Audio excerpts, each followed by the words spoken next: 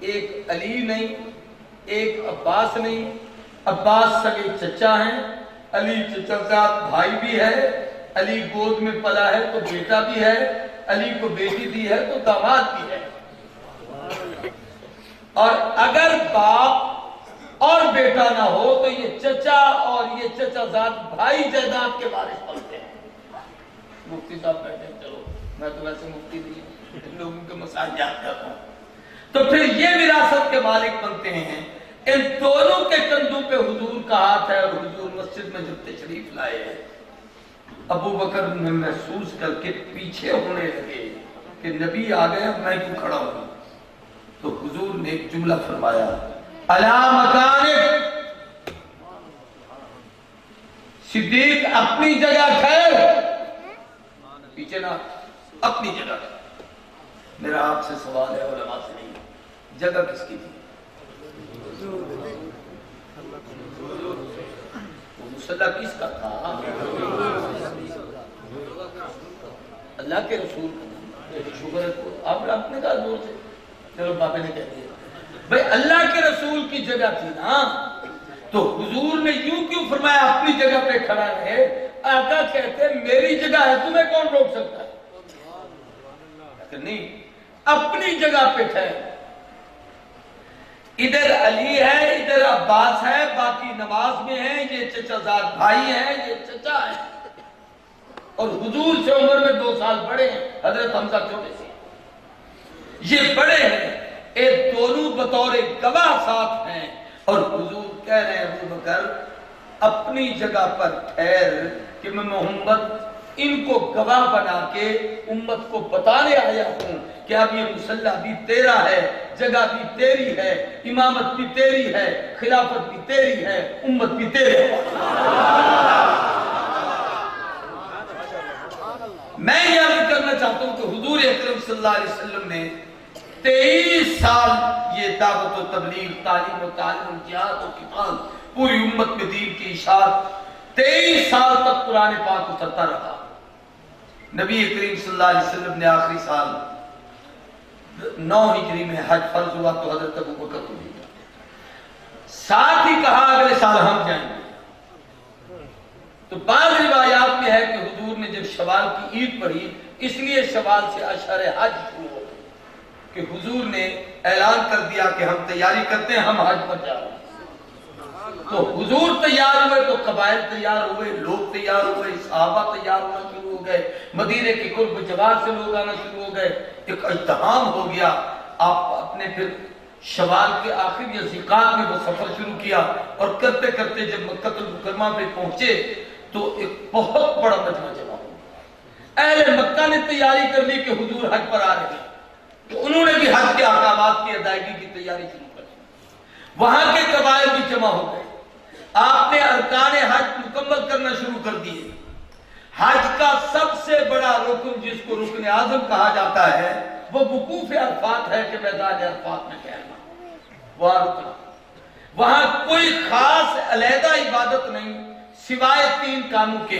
ایک تو یہ ہوتا ہے کہ صبح وہاں پہنچے، جس وقت تقریباً ظہر سے لے کر مغرب تک وہاں پر رہنا پڑتا ہے، ظہر اور عصر کو اکٹھا کر کے ایک امام کے پیچھے پڑھنا پڑتا ہے، اور دوسرا وہاں خطیب خطبہ دیتا ہے جو امت کو شریعت کے مسائل اور احکام سمجھاتا ہے، اور تیسرا مغرب تک ہر آدمی اپنے لیے، بہن بھائیوں کے لیے، زندوں کے لیے، فوت شدگان کے لیے، ہر ایک کے لیے، امت کے لیے اور ساری کائنات کے لیے ہاتھ اٹھا کے رو رو کے اپنے آپ کو رب کے سامنے ایک عاجز بندہ پیش کر کے رو رو کے دعائیں کر رہا ہوتا ہے۔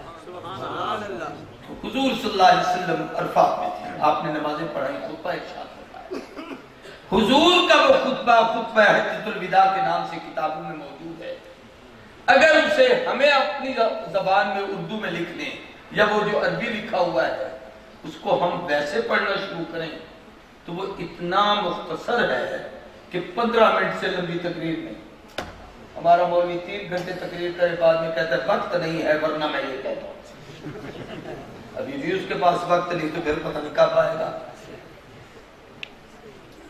حضور کے صفات میں سے ہے کہ اعطیت جوامع الکلم، اللہ نے مجھے جامع کلمات عطا کیے ہیں کہ لفظ تو چھوٹا سا آقا بولتے تھے، مفہوم اتنا وسیع ہوتا تھا کہ پوری کائنات سمیٹ کے اس میں رکھ دی جائے، دنیا کے بڑے بڑے قلمکار بیٹھ جائیں اور اس کی تشریح لکھنا شروع کر دیں، وہ لکھنے والے تھک ہار کے قبروں میں چلے جائیں گے نبی کے اس جملے کی تہ تک ان کو یہ وہ صفات آقا کا وہ خطبہ حجۃ الوداع اسی خوبی کا حامل ہے کہ آقا نے جب وہ خطبہ ارشاد فرمایا اس میں عقائد بیان فرمائے، اعمال بیان فرمائے، اخلاق بیان فرمائے، معاملات بیان فرمائے، معاشرت بیان فرمائی، معیشت بیان فرمائی، سیاست بیان فرمائی، اقتصادیات بیان فرمائے، حقوق بیان فرمائے، فرائض بیان فرمائے، اوامر بیان فرمائے، منہیات بیان فرمائے، دنیا کی کوئی چیز ایسی نہیں کہ آج پوری دنیا کے بڑے بڑے قانون دان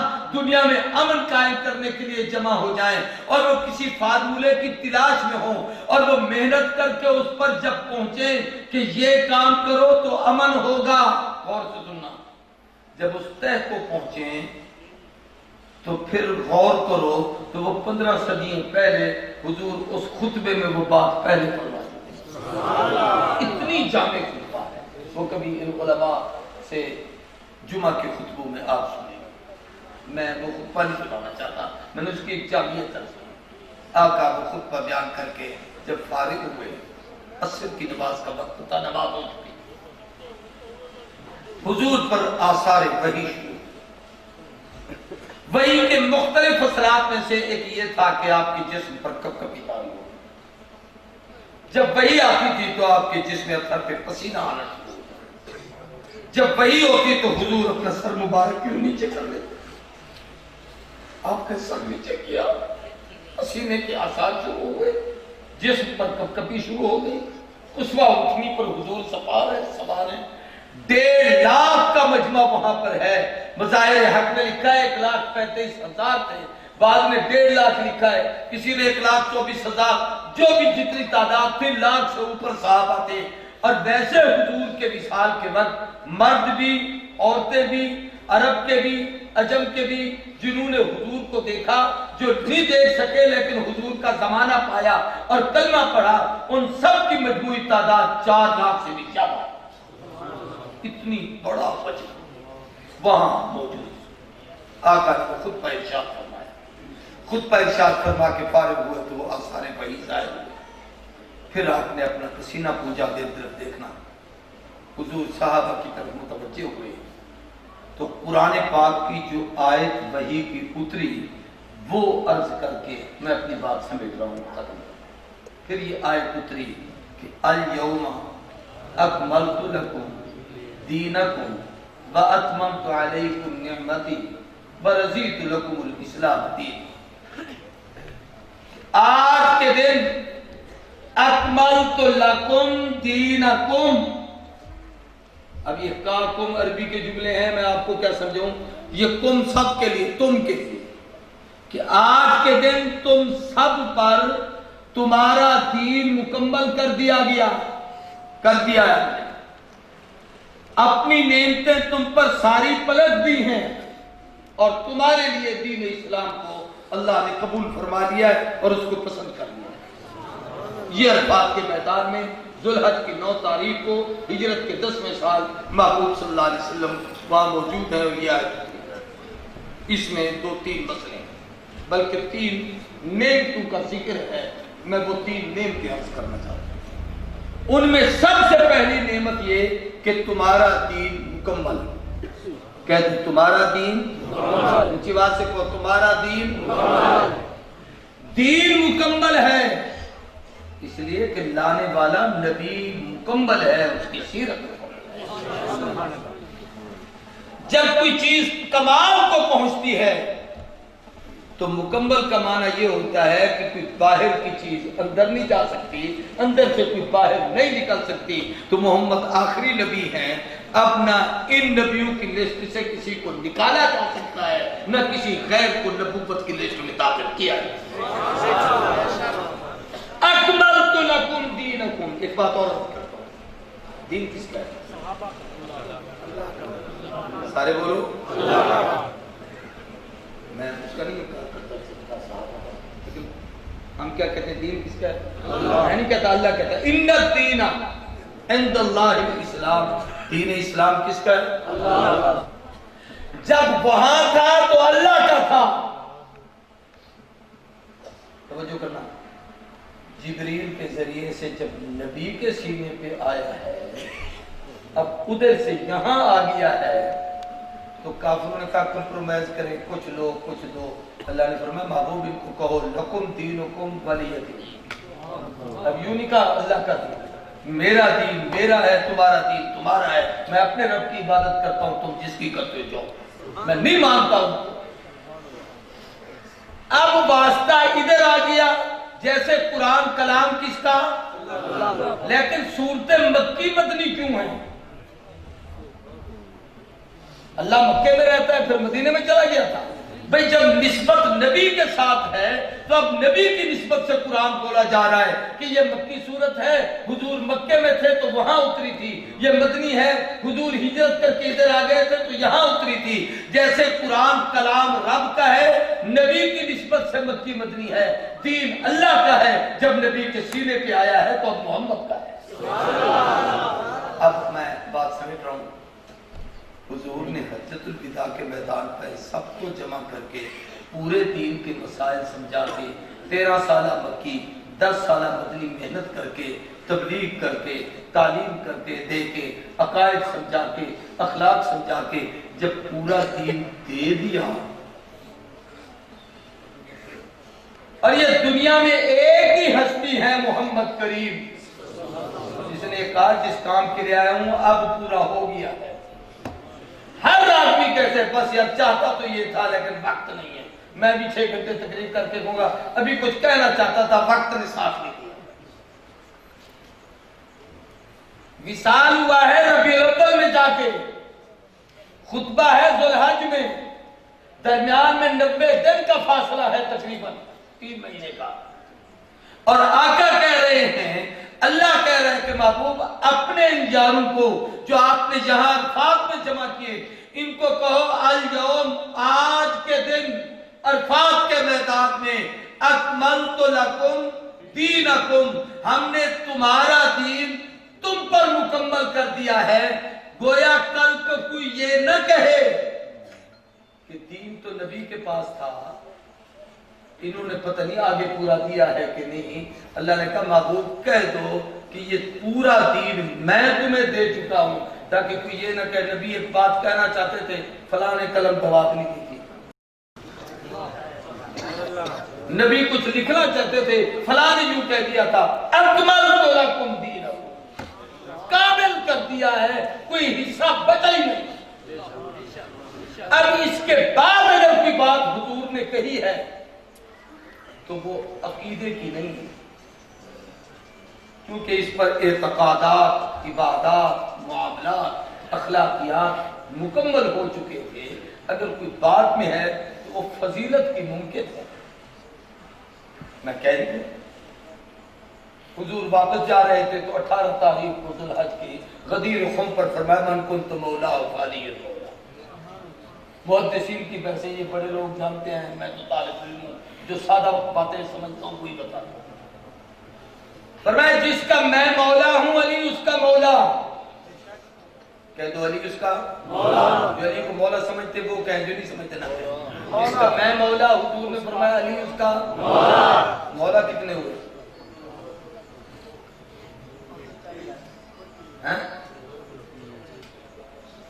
جس کا میں مولا علی اس کا مولا، تو مولا کتنے ہوئے؟ ان سے یاد ہے 2، تو مولا کتنے ہوئے؟ 2۔ تو اس کا مطلب یہ ہوا کہ یوں نہیں کہا کہ اب میں مولا ہوں میرے بعد علی مولا ہوگا، یوں نہیں کہا بھئی میں بھی مولا یہ بھی مولا، تو ہم 2 سب کے مولا جتنے ہیں۔ جو مجھ سے محبت رکھتا ہے وہ اس سے بھی رکھے، جو اس سے رکھتا ہے وہ مجھ سے رکھے، ہم دونوں سب کے دوست ہیں۔ تو مولا کا کوئی معنی جو بھی کرے، لیکن جہاں اس کا معنی خلافت نہیں ہو سکتا کہ خلیفہ ایک وقت میں ایک ہوتا ہے، دو نہیں ہوتے، کہ نبی بھی مولا ہو، علی بھی مولا ہو، اور یہ کہا جائے کہ یہ تو خلیفہ نہیں، یہ خلیفہ ہے، اب یہ بلا فصل بنا ہے، نبی نے کہا ہے، یہ کسی جگہ پر نہیں، اس لیے کہ مولا کا معنی خلیفہ ہوتا ہی۔ میں اپنے موضوع کی طرف آنا چاہتا ہوں، ادھر ادھر کی باتیں نہ کروں، تاکہ میں جو بات کہنا چاہتا ہوں اس کی طرف آؤں۔ فرمایا اکملت لکم دینکم، تمہارا دین مکمل کر دیا ہے، احکامات مکمل ہو۔ کیا پہلے نبیوں کی شریعتیں مکمل تھی یا نہیں؟ ان کے دور میں تو مکمل تھی، لیکن جب ایک نبی جاتا تھا اس کی جگہ دوسرا نبی آتا تھا تو اس کے حالات کے مطابق شریعت کے احکامات آتے تھے، مگر جب حضور آخر میں آئے، اب کروڑوں قیامتیں برپا ہو جائیں، نہ کوئی نئی شریعت آئے گی، نہ نئی کتاب آئے گی، نہ نیا نبی آئے گا، نہ نئی امت آئے گی۔ کیوں نہیں آئے گی؟ ہمارے بزرگ گزرے ہیں مولانا محمد عمر فاروق پوری رحمۃ اللہ علیہ، میں نے ایسی سامنے بیٹھ کر ان کی کئی بیانات سنے، مصافحہ بھی کیا، زیارت بھی کی، اور بڑا عجیب ہو گیا۔ ان سے کسی نے یہی سوال کیا کہ نبی کا وجود رحمت ہے، نبی چلا جائے رحمت ختم ہو گئی، یہ تو بڑا نقصان ہے کہ آپ کہیں نبوت ختم ہو گئی۔ پھر حضور پر نبوت ختم ہو گئی۔ ختم نبوت کا معنی نبوت کا ختم ہونا نہیں، ختم نبوت بمعنی کمال نبوت ہے کہ یہ اتنی کامل نبوت ہے کہ اس کے ہوتے ہوئے اب کسی کی ضرورت نہیں۔ اس پر انہوں نے ایک مثال دی، بڑی سمجھا، یہ چھوٹا سا بچہ بیٹھا ہے، کھڑا ہو جائے، ایک منٹ کھڑا تو ہو، اس کا جو اس نے کرتا یہ شلوار پہنی ہوئی ہے کتنے میٹر کا سوٹ ہوگا؟ 2.5 میٹر، 3، چلو 5، اس سے کچھ بڑا ہو تو 4 میٹر، اس سے کچھ بڑا ہو جائے تو 5 میٹر، اور جب اس بڑی عمر میں پہنچ جائے تو 6 میٹر عام طور پر۔ اب مفتی صاحب ہوتے ہیں مثلا، کتنی عمر ہے؟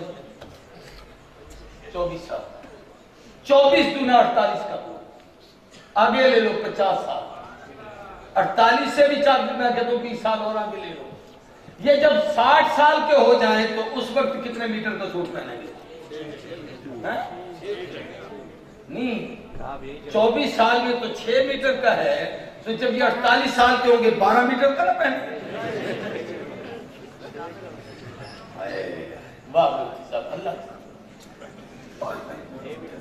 اس لیے کہ جب شباب آتا ہے تو اس آدمی کا کمال ہوتا ہے، اب یہ کمال پر پہنچ چکا ہے، اب اس کمال کے بعد اس نے آگے بڑھنا نہیں ہے، اب یہ بڑھاپا آ جائے، کمزور ہو جائے، دنیا میں رہے یا چلا جائے، اب اس کا لباس یہی رہے گا، دنیا جیے مرے، ستاروں پہ پہنچے، چاند پہ پہنچے، کہیں سے جائے کہیں پہ آئے، جو محمد کی نبوت میں دین کامل ہے، اس میں نہ اضافہ ہو سکتا ہے نہ اس میں کمی ہو سکتی ہے۔ یہ ہے اکملت لکم دینکم، دین کامل۔ میں اس پر ایک اور بات بھی کہہ دوں، کمال دین کا معنی یہ ہے، میں اس کے صرف ایک مثال دیتا ہوں آپ کو۔ حضور سے پہلے جتنے نبی آئے، کسی نبی کو 2 سے زیادہ نمازیں نہیں ملی، اور کسی نبی کی کوئی نماز 2 رکعتوں سے زیادہ نہیں تھی۔ آپ کی کامل ہے، کیسے؟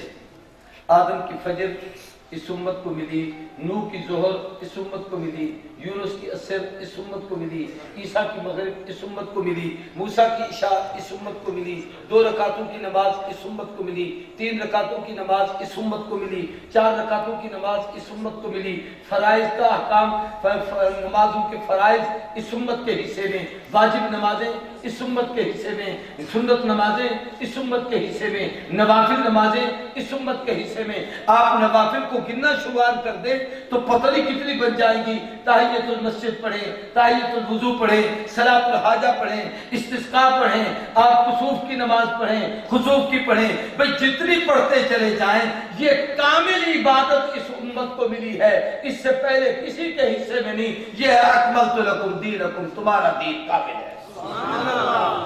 اور یہ جو کم کہا نا تو صحابہ کو کہا تھا۔ کن کو کہا تھا؟ صحابہ کو۔ اس میں ایک اور مسئلہ بھی سمجھ آ گیا کہ کامل تم پر ہے، میں چلا بھی جاؤں تو یہ جو کم ہے، اور اس آیت میں کم ہے 4 دفعہ۔ اليوم اکملت لکم دینکم اتممت علیکم نعمتی و رضیت لکم، کتنے ہو گئے؟ یہ 4 کم۔ کم سے مراد صحابہ ہیں کہ یہ 4 جب آئیں گے نا تو یہ جو تمہیں دین دے وہی دین ہوگا۔ اس لیے فرمایا علیکم بسنتی و سنت الخلفاء الراشدین المہدیین، جیسے میرا طریقہ تمہارے لیے سنت ہے ایسے میرے یاروں کا طریقہ بھی تمہارے لیے دین ہے۔ خلافت راشدہ، خلافت راشدہ، دین کامل ہو گیا ہے۔ اليوم اکملت لکم دینکم۔ دوسرا فرمایا اتممت علیکم نعمتی، میں نے اپنی نعمتیں تم پر پلٹ دی، اس لیے کہ منعم سوائے رب کے کائنات میں کوئی نہیں، اس لیے اپنی نعمت کا، یوں نہیں کہا تمہاری نعمت میں نے دینی ہے، کس کو کتنی اور کب دینی ہے یہ مجھے پتا ہے، اس لیے وہ اس امت کے حصے میں جتنی رکھی تھی وہ ساری دے دی۔ یوں تو ہزاروں نعمتیں ہیں، اس نشست کی نسبت سے صرف 2-3 نعمتوں کا نمونے کے طور پر ذکر کرنا چاہتا ہوں تو اس امت کو ملی ہے۔ ان میں سب سے پہلی نعمت جس کو قرآن نے کہا لَقَدْ مَنَّ اللَّهُ عَلَى الْمُؤْمِنِينَ اِذْ بَعَثَ فِيهِمْ رَسُولًا مِّنْ أَنفُسِهِمْ، وہ محمد کریم کا وجود ہے۔ آدم سے عیسیٰ تک جتنے نبی آئے کسی نبی کو یہ امت محمد کریم جیسا نبی نہیں ملا۔ حضور نے فرمایا اللہ نے نبی بھی تقسیم کیے، امتیں بھی تقسیم کی، انا حظکم من الانبیاء وانتم حظی، اللہ نے نبیوں میں سے مجھے چن کے تمہارے حصے میں رکھا اور امتوں میں سے تمہیں چن کے میرے حصے میں رکھا۔ یہ ہے وہ اتمام نعمت کہ حضور سب سے بڑی نعمت۔ میں ایک اور بات اس پر یاد آ گئی اور وہ بڑوں کی باتیں نقل کرتا ہوں اپنے لیے، علامہ دوست محمد قریشی کی۔ یہ بڑوں کی نسبت والے پورے پاپے بیٹھے ہیں نا، یہ ان کے لیے ہے، نوجوانوں کے لیے نوجوان آئیں گے وہ اپنے لیے بیٹھیں گے، میں آپ کو اپنی بات کہ لَقَدْ مَنَّ اللَّهُ، اللہ کا احسان اہل ایمان پر کہ اپنا نبی دیا۔ حضرت کہتے تھے کہ یہ المؤمنین جو ہے جن پر رب نے احسان کیا ان میں ابو بکر ہے، توجہ، عمر ہے، عثمان ہے، بس باقی صحابہ ہیں، علی بھی۔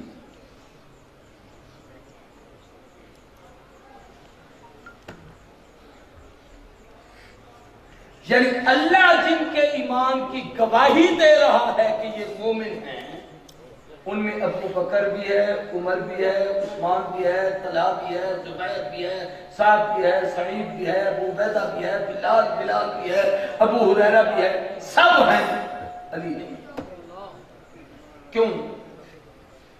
اس آیت کے آخر میں رب نے کہا وَإِن كَانُوا مِن قَبْلُ لَفِي ضَلَالٍ مُبِينٍ، محمد تیرے آنے سے پہلے وہ ضلال مبین کا دور جو گمراہی اور بے دینی کا ہے، جنہوں نے دیکھا ہے تنقید ان پر ہوگی، علی پر نہیں ہوگی۔ اس لیے میں محبوب ان کو بتا رہا ہوں تیرا وجود احسان، اور تجھے بتا رہا ہوں ان کا ایمان کہ یہ میں سمجھا کوئی خرچی ہے یہ پرچی ہے حضرت فاطمہ کا نماز جنازہ کس نے پڑھا آج ضرورت پڑ گئی ہے مولانا نافع کی اس پر کتاب موجود ہے اس میں تفصیل سے پڑھو میں اس سے بہتر حوالہ اور کیا کر سکتا ہوں ویسے 3 روایتیں معروف ہیں حضرت علی کے متعلق بھی ہے حضرت عباس کے متعلق بھی ہے اور سیدنا ابو بکر صدیق کے متعلق بھی ہے لیکن حضرت علی نے حضرت ابو بکر کو کہا رسول اللہ نے آپ کو آگے کیا ہے میں پیچھے کیسے کر سکتا ہوں اس لیے امت کی امامت بھی آپ کے حوالے ہے یہ جنازے کی امامت بھی آپ حوالے یہ مفتی بول مسئلہ میں سے بتا سکتا ہوں کتنا مجھے یاد ہے اگلی بات سمجھے میری بات کیا کہہ رہا ہاں ان کانوا من قبل لفی ضلال مبین میں علی شامل نہیں اس لیے کہ انہوں نے تو گمراہی کا زمانہ دیکھا ہی نہیں ہے جہالت کا دور دیکھا ہی نہیں ہے اتنے 7 سال کے 8 سال کے بڑی سے بڑی روایت 9 سال کی ملتی ہے اتنا بچہ نبی کی گود میں آیا اس کے تو اعمال نہیں لکھے جاتے تنقید اگر کسی بدبخت نے کرنی ہے یا قیامت تک کوئی بے غیرت کرے گا وہ ابو بکر پہ تو کرے گا عمر پہ تو کرے گا عثمان پہ تو کرے گا ابو ہریرہ پہ تو کرے گا کسی اور پہ تو کرے گا اللہ کہتا ہے ان کے ایمان کی گواہی میں دے رہا ہوں کہ ان پر احسان ہے کہ محمد دیا علی کا تذکرہ اس لیے نہیں کہ اس پر شک کسی کو اس میں کسی نے تنقید نہیں کی اس لیے خدا کو جواب دینے کی ضرورت نہیں پڑی ایک آدمی نے بڑی عجیب بات کی مجھے اس نے کہا عیسیٰ کے معجزوں کا ذکر تو قرآن میں ہے نبی کے تو کسی معجزے کا ذکر نہیں ہاں تفسیر سے جیسے ہم معجزات بیان کرتے ہیں حضور کے کسی معجزے کا ذکر نہیں معراج بھی اس ترتیب سے نہیں ہے جیسے ہم بیان کرتے ہیں اور یہ ایک طرح کی 7 من شکل قمر سے مراد بھی یہ وہ معجزہ نہیں ہے میں نے کہا عیسیٰ پر جن لوگوں نے تنقید کی تھی اس کے جواب کے لیے قرآن نے گواہی دی ہے محمد پر تو تنقید نہیں کر سکا کسی کو حوصلے نہیں کیا یہی وجہ ہے کہ سیدہ مریم پہ تنقید ہوئی تھی قرآن نے اس کی فقر پاک دامنی کے لیے سورت مریم پاک محمد کی اماں آمنہ پر کسی کو انگلی اٹھانے کی ضرورت نہیں ہوئی اس لیے کسی کو صفائی اور گواہی دینے کی تو موضوع کسی میں باہر نہیں اتممت علیکم نعمتی سب سے پہلی نعمت حضور کا وجود ہے اب حضور کے صدقے سے ہمیں کتنی نعمتیں ملی ان کو کی ان میں سب سے پہلی نعمت جو حضور کے صدقے سے ملی وہ اللہ کا قرآن ہے یہ قرآن وہ نعمت ہے جو پہلی امتوں میں سے کسی کو نہیں ملا اس امت کے حصے میں آیا یہ اس امت کا اعزاز ہے کہ 10 سال کے بچے الحمد سے بالناس تک پورا قرآن مصلی پر کھڑے ہو کر سناتے ہیں اس امت کا اعزاز ہے کہ ہر دور میں ہزاروں کی تعداد میں قرآن کے حافظ اور قاری اور عالم تیار ہوتے ہیں پھر اس امت کی خصوصیات میں سے پوری توجہ میری طرف ایک خصوصیت یہ ہے کہ کسی نبی نے میری طرف دیکھنا کسی کو یوں نہیں کہا کہ میں جا رہا ہوں میرے بعد میرے نظام کو یہ میرا جانشین ہے یہ میرا خلیفہ ہے یہ چلائے سوائے اس امت کے کہ حضور نے اپنی زندگی میں 23 سالہ محنت میں ایک جماعت تیار کی جس کی وکالت اللہ نے کی ان کو سارے تمغے رب نے دیے رضا کے پروانے رب نے دیے ہدایت کے پروانے رب نے دیے ان کی رشد کو اللہ نے بیان کیا ان کی عظمتوں کو اللہ نے بیان کیا حضور نے اس جماعت کو معیار قرار دے کر فرمایا قرآن نے معیار دے کے کہا فَإِنْ آمَنُوا بِمِثْلِ مَا آمَنْتُمْ بِهِ فَقَدِ اهْتَدَوْا ان کے ایمان جیسا ایمان ہو ان کے عمل جیسا عمل ہو قابل قبول ہوگا یہ عظمت صحابہ کی بیان کی گئی ہے میں عرض یہ کرنا چاہتا ہوں کہ یہ حضور کی امت میں ہے کہ نبوت کے بعد حضور نے یہ جواب قیامت تک کی امت کو دی کہ ان سے ہدایت کو حاصل کرنا کسی نبی نے اپنے بعد کسی کو نہیں کہا کہ میرے بعد ہدایت ان سے حاصل کرو، یہ اس امت کا حصہ ہے۔ اب میں بات بالکل سمیٹ کے آخری بات کرتا ہوں۔ حضور جیسے اللہ سے دین حضور تک آیا، واسطہ کون؟ سارے کہو، تو سمجھ آ رہی ہے وہ کہتے ہیں جبریل۔ اب حضور سے دین جب امت تک پہنچا تو درمیان میں واسطہ صحابہ، کون؟ صحابہ۔ لیکن میں ایک لفظ کا اضافہ کرتا ہوں، دو جماعتیں ہیں صرف صحابہ، صحابہ بھی اور اہل بیت۔ سارے کو صحابہ بھی اور اونچی بات سے صحابہ بھی اور اہل بیت۔ کیوں کہ زندگی کے دو حصے ہوتے ہیں، ایک باہر کی زندگی ہوتی ہے عوامی معاشر کی، لوگوں میں اٹھنا بیٹھنا، شاہ صاحب ادھر بیٹھے ہیں، میں ادھر بیٹھا ہوں، مولانا ادھر بیٹھے ہیں، آپ ادھر بیٹھے ہیں، ہمارا آپ کے پاس آنا، آپ سے بولنا، آپ کے سامنے کھانا، آپ کے سامنے پینا، آپ کے سامنے نماز پڑھنا، ان چیزوں کی گواہی نہ میری بیٹی دے سکتی ہے نہ میری بیوی دے سکتی ہے، وہ آپ دیں۔ ایک ہے اندر کی گھر کی زندگی کہ مغرب سے فجر تک آدمی اپنے گھر میں رات کو ہوتا ہے، بھئی بیوی سے کیا برتاؤ ہے، بچوں سے کیا برتاؤ ہے، ان سے محبت کیسے ہے، ان کے معاملات کو کیسے سمیٹتے ہیں، ان کے ساتھ گفتگو کیسے کرتے ہیں، رات کو ٹھہرتے کیسے ہیں، رات کو سوتے کیسے ہیں، آپ کے آرام کا طریقہ کیا تھا، اس میں پڑھتے کیا تھے، عمل کیا کرتے تھے، یہ اندر کی زندگی ہے۔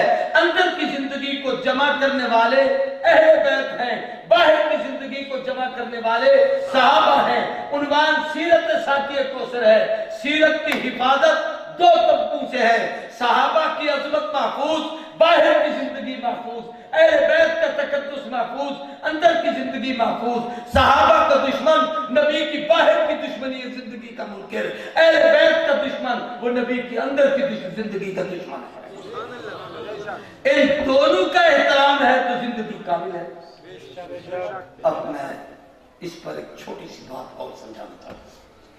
صحابہ سارے ستارے، صحابہ بات ختم کروں، صحابہ دو سے وہ سارے ستارے۔ حضور نے اہل بیت کی مثال دی ہے کشتی نوح سے کہ میرے اہل بیت نوح کی کشتی کی مانند ہے۔ میری طرف دیکھنا، غور سے سمجھنا، یہ مولانا ادریس کاندھلی کی بات نقل کر رہا ہوں۔ جن جن بزرگوں سے میں نے جو باتیں سنی ہیں، بڑوں کی باتیں ہیں، وہ نقل کرتا ہوں۔ میری قسم اٹھاؤں گا کہ شیطان سے نہیں ہوگا کہ ایک لفظ بھی میرا نہیں ہے، میں ساری اپنے بڑوں کی باتیں نقل کرتا ہوں۔ ستارے ہیں آسمان کی چیز، کشتی ہے دریا کی چیز۔ ہم بیٹھے ہیں خشکی میں، ہمارا اس ستاروں سے کیا تعلق ہے، ہمارا اس کشتی سے کیا تعلق ہے، ہمارا ان سے جوڑ کیا ہے؟ میری بات نہیں سمجھ رہے ہو میں کیا کہنا چاہتا ہوں؟ سمجھ آ رہی ہے؟ اب اس پر باب توسوی کی ایک بات نہ کرتے ہیں۔ حضرت توسوی اپنی تقریروں میں کہتے تھے، لوگوں بے دینی کا سیلاب ہم جاتے، کسی نے سنا ہوا؟ بے حیائی کا سیلاب ہم جاتے۔ سیلاب کہتے ہیں جب پانی کا سیلاب آئے، پھر رات کا وقت ہو، سیلاب آ جائے، تو اس وقت کوئی آدمی کسی خشکی پہ پہنچانا چاہتا ہے، کسی منزل پہ پہنچنا چاہتا ہے، تو اس کے پاس دو چیزیں ہوں گی تو وہ منزل مقصود پہ پہنچے گا، نہیں ہوگی تو نہیں پہنچ سکے گا۔ کہ رات کا ٹائم ہے، دن ہے نہیں، نہ مشرق کا پتہ، نہ مغرب کا پتہ، نہ شمال کا پتہ، نہ جنوب کا پتہ۔ حضور کے جانے کے بعد وہ آفتاب نبوت جب عالم برزخ میں تشریف لے گئے تو اب اس امت کی ہدایت کہاں سے ہوگی؟ فرمایا اب یہ جو رات قیامت تک کا ایک دور آ رہا ہے، اس میں اگر تم کنارے لگنا چاہتے ہو، ہدایت پانا چاہتے ہو، تو پھر میرے صحابہ ستاروں کی طرح ہیں۔ جیسے رات کو کشتی میں بیٹھنے والا ستاروں سے روشنی حاصل کرتا ہے، تم بھی محمد کے یار سے روشنی حاصل کرتا۔ یہاں ایک لفظ اور بھی کہہ دوں، بڑا عجیب ہے، بیٹھو گے سارے کشتی میں لیکن روشنی ملے گی ستاروں سے۔ کوئی کتنا بڑا کشتی سے محبت کا دعویٰ کرے لیکن ادھر سے روشنی نہیں ملے گا تو وہ کشتی کنارے کیسے لگائے گا؟ میری بات کو سمجھو. تو اب یہ جو بے دینی کے سیلاب آ رہے ہیں ان میں بچنے کا ایک ہی راستہ ہے کہ اہل بیت کی محبت کی کشتی میں سوار ہو جاؤ اور صحابہ سے راستہ تلاش کرو. آسمان کے ستاروں کی طرح. اب کسی کو کوئی ستارہ پسند نہ آئے, کہتے ہیں جو لوگ دیہاتوں میں رہتے ہیں آپ میں سے وہ زیادہ بہتر جانتے ہیں کہ ہم بھی دیہاتی لوگ ہیں, بدو قسم کے لوگ ہیں, باہر کے علاقوں میں مطلب دیہاتوں میں رہتے ہیں. تو دیہاتوں میں بعض کتے نا رات کو یوں آسمان کی طرف منہ کر کے بہت بھونکتے ہیں. آج کل کسی نے کوئی نظم بھی لکھی ہے بھونکو وہ یوں ایسے بھونکتے ہیں. کوئی نہیں نظر آتا کس کو بھونکتے ہیں. ان کو نا بعض ستارے اچھے ہیں. میں صحیح کہہ رہا ہوں, یہ حیات الحیوان میں وہ ستارہ اچھا نہیں لگتا کہ کتا اس کو بھونکتا ہے. اب میں جو چیز سمجھانا چاہتا ہوں, اگر کوئی ستاروں کو بھونکے یہ جو فرق ہے تو اس کی بھونکنے سے اس کی روشنی میں کوئی فرق پڑے گا؟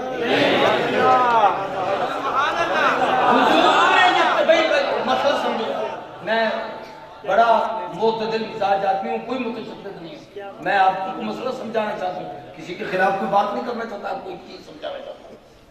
بھئی صحابہ ہدایت کے ستارے ہیں, ہدایت چاہتے ہو تو ان ستاروں سے تعلق رکھو. اب جو ان ستاروں سے روشنی چاہے گا کرے گا. اگر کسی کو ستارہ کوئی پسند نہیں, مجھے اچھا نہیں لگتا, نہ لگے, تو وہاں تک پہنچ ہی نہیں سکتا. وہ آسمان پہ تو زمین پہ, جتنا یہاں سے وہ بلند ہے اتنا تم سے صحابہ. جیسے یہاں کے بھونکنے والے سے ستارے کا کچھ نہیں بگڑتا, ایسے ابو بکر, عمر, عثمان, علی, طلحہ, زبیر, سعد و سعید, عائشہ, خدیجہ اور معاویہ بن ابی سفیان, سیدنا ابو سفیان, کسی صحابی پر کسی قسم کی زبان کھولنے سے محمد کے صحابہ کا بھی کچھ نہیں ملے. دوسری بات کو بہت سے اگر کوئی اوپر تھوکے ستارے پر, کوشش کرے کہ وہاں پہنچ جائے, اور کوشش کرے اس سے بڑی جو فرعون نے کی تھی, یا حمان, بہت بڑا ٹاور بنائے, مینارہ بنائے, اس کے اوپر چڑھ جا کے پھر سے تھوکے, تو وہ تھوک کہاں جائے گا؟ فرمایا میرے یاروں کے متعلق خدا سے ڈرنا, ان کو کچھ نہ کہنا ورنہ وہ منہ تمہارے تھوک تمہارے. اور یہ میں نہیں کہہ رہا, قرآن کہہ رہا ہے. پہلے پارے کے ابتدا میں جو پہلا دوسرا رکوع سورۃ بقرہ کا, وہ پورے منافقین کی کردار کو اللہ نے اس کے اندر نقشے کو بیان کیا ہے. ان میں سے ایک یہ ہے کہ ان کو کہا گیا ایسے ایمان لاؤ جیسے محمد کے صحابہ ہیں.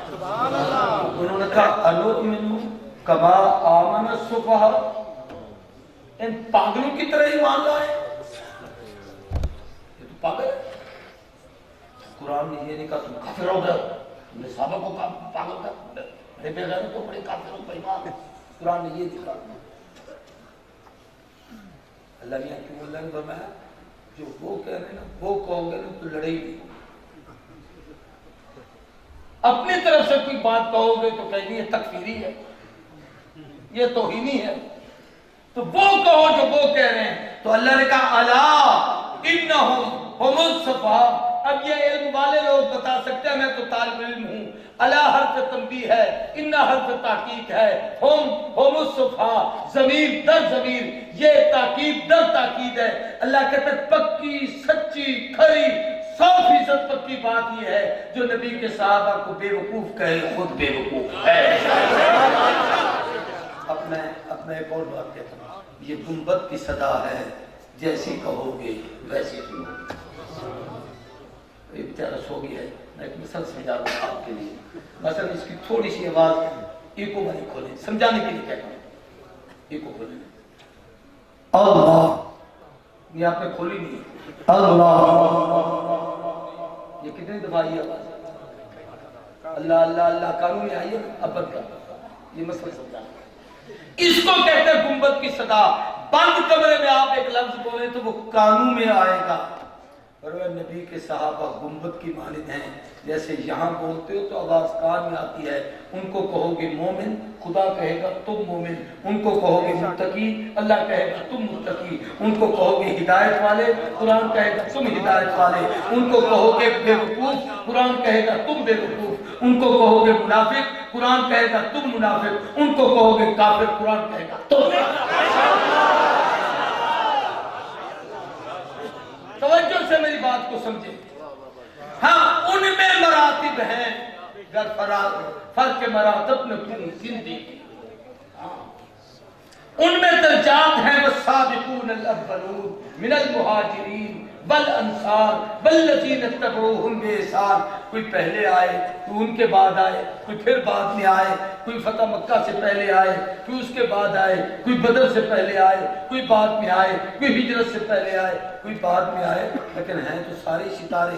کوئی مغرب کو ادھر سورج غروب ہو رہا ہوتا ہے، وہ طلوع ہو رہا ہوتا ہے، سبحان اللہ، اور کوئی رات کے آخری حصے میں طلوع ہوتا ہے، ہوتے سارے ستارے، اور سارے نور والے ہیں، بے نور نہیں، کہ وہ سارے نور والے ہیں، بے نور نہیں۔ تو صحابہ بھی سارے نور ایمان کے کمال والے، کہ اللہ کہتا ہے کیا زیّن فی قلوبہم الایمان، اللہ کہتا ہے ہم نے ان کے دل میں ایمان کو مزین کر دیا ہے، اور ان میں ایمان کو پختہ کر دیا ہے، اس لیے ان کے متعلق تمہاری زبان سے کوئی لفظ نہ نکلے۔ میں بات سمیٹ رہا ہوں، ختم کروں میرے طرف دیکھو تو سارے محترم ان میں فضیلت والے چار ہیں، کہہ دو فضیلت والے چار، اونچی بات سے چار، زور سے بولو چار، کون رضی اللہ عنہ۔ جو ترتیب خلافت ہے یہی ترتیب فضیلت ہے، اس پر میں دلائل نہیں دے سکتا۔ ایسے ہی جیسے یہ صحابہ کی قسمیں ہیں کہ کوئی مہاجر ہیں، کوئی انصار ہیں، کوئی والسابقون الاولون ہیں، ایسے اہل بیت کی تین قسمیں ہیں۔ کتنی؟ تین، سارے بولو تین۔ ایک ہے نبی کے نسب کے اہل بیت، جس نسب سے حضور آئے ان میں جو حضور کے رشتہ دار تھے وہ بھی اہل بیت ہیں۔ مثلا حضور نے فرمایا ہم سادات کو، ہمارے خاندان کو زکوٰۃ دینا جائز نہیں ہے۔ اس میں حضور نے 5 قبیلے بیان کیے۔ آل علی، حضرت علی کی جتنی اولاد ہے، صرف جناب سیدنا حضرت حسن اور حضرت حسین نہیں، جتنے ہیں ان میں سے کسی کو بھی دینا چاہیے۔ یہ آوان جتنے ہیں نا اپنے آپ کو علوی کہتے ہیں، حضرت علی کی اولاد میں سے، اگر یہ باقی علی کی اولاد میں سے تو زکوٰۃ کے مستحق نہیں ہے۔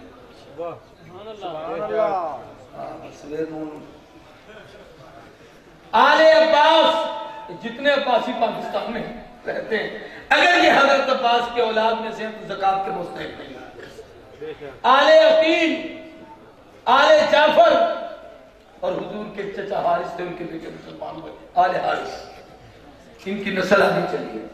ان 5 قبیلوں کو حضور نے اپنے خاندان کہا، اہل بیت کہا، ان پر آپ نے زکوٰۃ کو حرام کرا۔